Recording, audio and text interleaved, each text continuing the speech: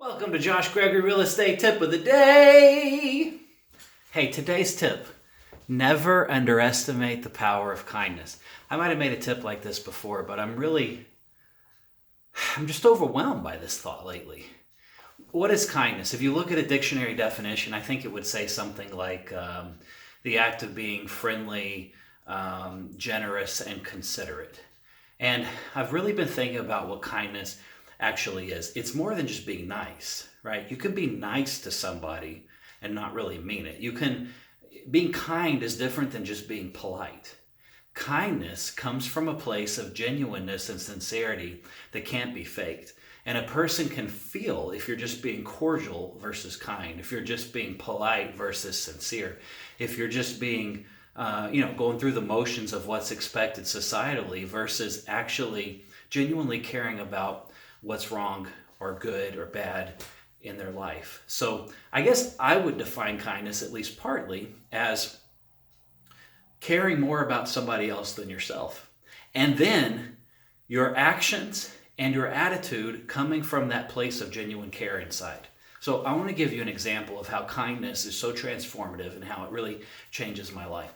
And it changes yours too. And then it's contagious. It builds. It's like somebody's kind to you. You want to be kind to somebody else. And next thing you know, the law of attraction, you're attracting these kind of things. You notice more and more kindness. You see it all around you, right? So I'm living in Germany for my job, which is an outreach position to help veterans with their benefits currently. And I'm in this temporary lodging, which is it's a bit small apartment that really a blessing. It includes weekly cleaning. All the house cleaners have been fine. But about a month into my stay, there was this one particular house cleaner who I came home. Typically what they do, they will clean any of the counter space doesn't have anything on it. They'll mop the floors, they'll clean the bathroom, the shower, kind of change the bedclothes, all that kind of stuff.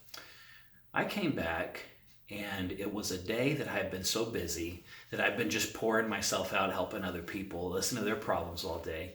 And I came home thinking, and it was late too. I stayed like a couple extra hours at work. And I got home and sort of dreading, oh man, I have this laundry to do and I need to do my dishes. And I got here and my dishes were done. I mean, the ones in the dishwasher, washed, put up. The rest of the ones washed. My dishes were done. All the normal cleaning was done. And even my clothes were washed and hanging on the drying rack. And so I looked up my landlord and I said, who cleaned my apartment? And over the last few months, I've gotten to know, and by the way, I requested her to clean the apartment each time because it was the level of care, the level of kindness was evident because she was thinking, what can I do that goes above and beyond to help this person feel more at home? I don't know why she did that. Maybe it was just God's grace. Maybe it's just who she is. Fast forward a few months. So all these months, she's been the only one cleaning my apartment because I requested it, because I'm so impressed. And I'll run into her in the hallway sometimes and I'll say, oh, Miss Mary, I'm sorry. I didn't have a chance to do my laundry and I saw you did it. I don't ever mean for you to do that. I'm sorry. Thank you. And she says, no, you are my favorite customer. And I think, why? It's because I'm kind to her. And then this kindness builds and it's contagious. And so today she actually came to clean and I started work a little later than usual and got prepared from home. So I was still here when she got here. She had already put in my dishes, already washed my clothes. I've been out of town for a week and a half for work. Didn't have a chance to do it. Of course, I'm embarrassed. And then she comes in the bedroom, realizes I'm home. Oh, I'm sorry. I didn't know you were home. And I say, oh, no, it's fine. I say, you just cleaned, a week ago, and I only got home yesterday. And so it doesn't need mopping again. Nothing else needs doing. Could I make you a cup of tea? And let's just have some tea together. Because she said she liked tea. And just get to know each other. And I said, you're done cleaning here today. So she sat down, we had a cup of tea. And as it turns out, I'm the age of her children. And it's this 60-year-old lady who's full of love, full of genuineness, full of the kind of kindness that you can't fake. And we're talking through it being who she is. And I find out she's been through all these things. And when she's telling me, I don't know if you've encountered a person like this who, even when you talk about heavy things or bad things, you feel better after talking to them because they're speaking from such a place of genuineness and interest in your well-being that even when they talk about the bad stuff in their life, it's not as if they're complaining. So in our conversation, I find she just mentions, she's going to have to walk to work Saturday, which is 6 kilometers. And I say, no, I'll come pick you up and bring you. I don't have to work Saturday morning. And, we're talking about her approach to cleaning. And she says, the young girls that I clean with, they don't want to do certain things because it messes up their nails. And they tell me, why are you always doing this extra work that you don't get paid for? She says to me, because I want the people to feel at home. So I've been away from home for months, 5 months almost. And that one little act of kindness, her coming here and, washing my laundry or putting the towels in this neat little way or leaving even little things like putting down a paper towel on the table and washing a glass and flipping it over upside down with some water. Just this, she says, I like to give extra attention to detail to let the people know I care. And I'm thinking, man, like that kind of kindness is so small. It only takes her a few extra minutes, but it's transformative. And so what is kindness? This is what I want to tell you. When you think about how you approach the world, why do you do the things you do for other people? Is it for any kind of personal gain? Is it from a place of guilt? Is it from a place of, oh, this is what's expected of me? Or is it from a place of being genuinely considerate of their feelings and their needs? That's what kindness is.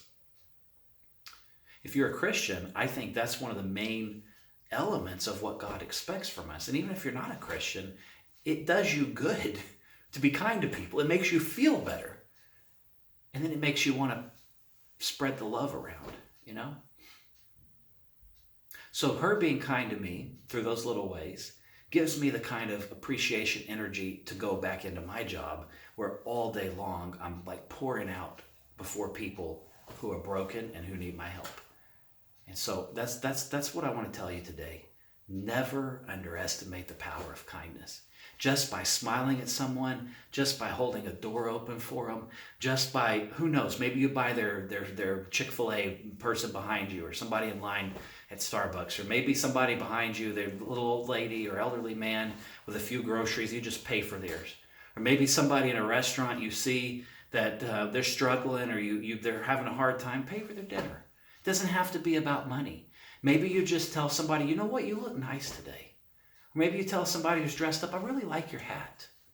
Maybe you tell a kid who opens a door for you, get down on their level. Thank you for that, young man. Thank you for being polite. It made a difference in my life. Never underestimate the power of kindness. You don't know.